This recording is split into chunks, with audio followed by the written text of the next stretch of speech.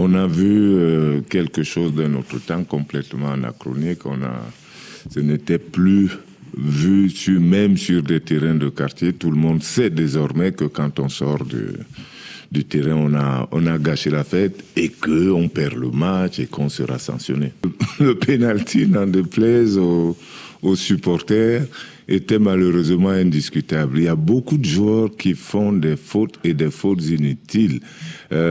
Encore que généralement, la faute n'est pas utile, c'est pour ça qu'elle est faute. Elle est reconnue dans le règlement. Donc le geste de Diouf était tout simplement inexplicable, sportivement inexplicable. Parce que Brahim Diaz lui rend 20 cm au moins, et donc pour jouer de la tête, c'est lui qui est avantagé pour jouer de la tête, et il n'y avait aucune raison pour qu'il le tire au lieu d'aller jouer le ballon. Donc, et aujourd'hui, ce que je comprends pas pour les joueurs, c'est qu'aujourd'hui, ils devraient savoir qu'il y a la VAR.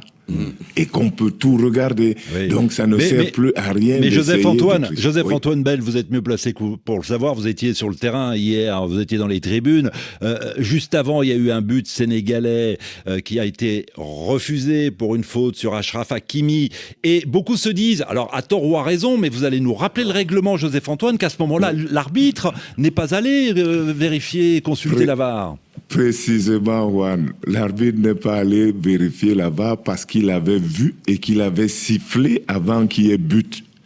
Si les spectateurs avaient eu un peu de lucidité, ils auraient vu la position de l'arbitre qui, au moment où le ballon rentrait dans les filets, lui, il avait carrément le dos tourné parce qu'il avait déjà sifflé, il avait vu de ses propres yeux, il n'avait pas besoin de VAR. Oui. Il faudrait qu'on comprenne l'utilisation de la VAR. Joseph-Antoine Bell, plusieurs auditeurs s'interrogent justement sur le comportement du coach Pape Thiaw hier soir.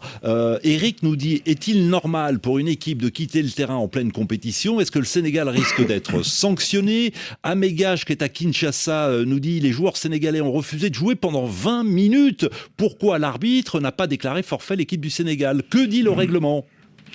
Eh bien, quand on dit que Sadio et les 3 ou 4 autres qui étaient restés, dont je crois Gana Gueye aussi, ont sauvé le Sénégal, c'est parce que tant qu'il y avait des joueurs sénégalais sur le terrain, l'arbitre c'est un humain, il comprend, il vous comprend dans votre contestation, il sait que c'est de l'émotion, mais l'émotion ne dirige pas le match. Et s'il y a quelqu'un qu'on doit féliciter, c'est bien cet arbitre.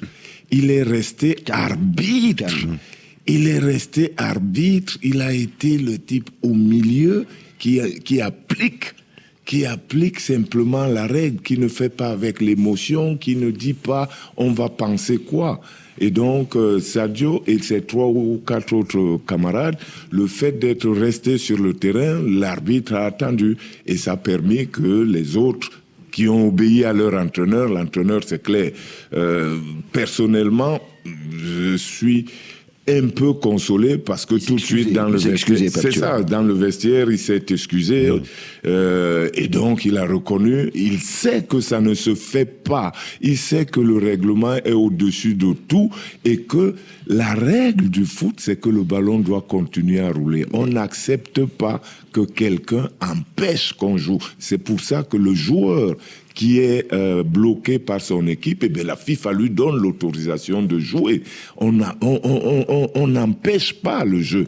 Le jeu est au-dessus de tout.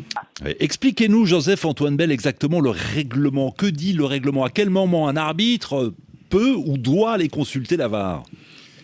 D'abord, il faudrait se dire que, faudrait se souvenir que la VAR n'existait pas. Il faut connaître l'histoire de la VAR.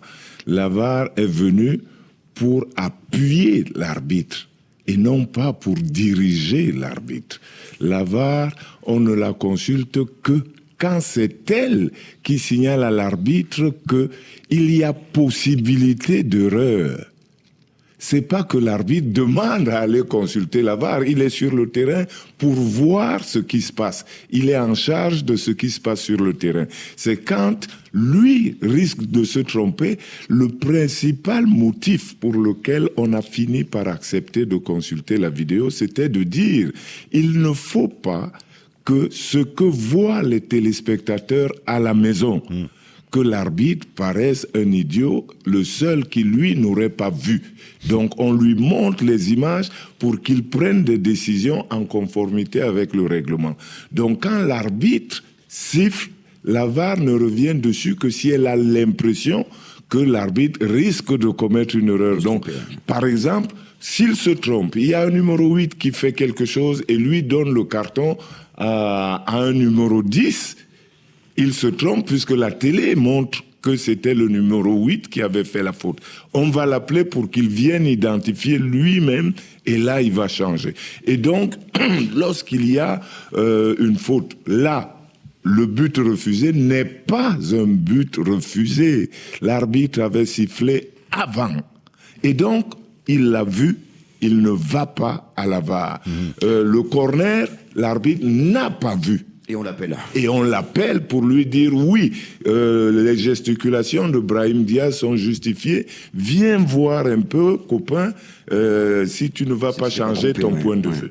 Et là, il vient et il s'aperçoit qu'il y a faute. Et il la siffle. Je pense qu'on peut être fier du Maroc et je crois que le Maroc a présenté une belle organisation et que fatalement, elle sera améliorée pour la Coupe du Monde. Donc oui, le Maroc est prêt. En revanche, l'Afrique et tous les supporters de tous les pays, je voudrais mettre en garde contre les réseaux sociaux parce que cette histoire d'arbitrage a été totalement fabriquée, montée en épingle. Vous savez très bien qu'aujourd'hui, il y a des gens qui prennent un malin plaisir à tromper les autres, à mentir. Et donc, on fait circuler, on est derrière un écran et on va toucher des millions et des millions de personnes avec quelque chose qui n'est pas vrai du tout. Et le foot se joue avec des arbitres, il faut les respecter, il faut respecter les règles du jeu et il faut se dire que le seul qui est dans un stade et qui n'a pas de supporters s'appelle l'arbitre. Donc laissons-le tranquille et arrêtons de polluer l'environnement du sport avec des histoires politiques parce que ceux qui voulaient salir la CAN veulent s'en prendre plutôt au Maroc. Ils n'aiment pas le Maroc et ils ne le disent pas. Et ils font véhiculer des contre-vérités. Ouais. Donc il faudrait que les supporters le sachent. Restons dans le foot.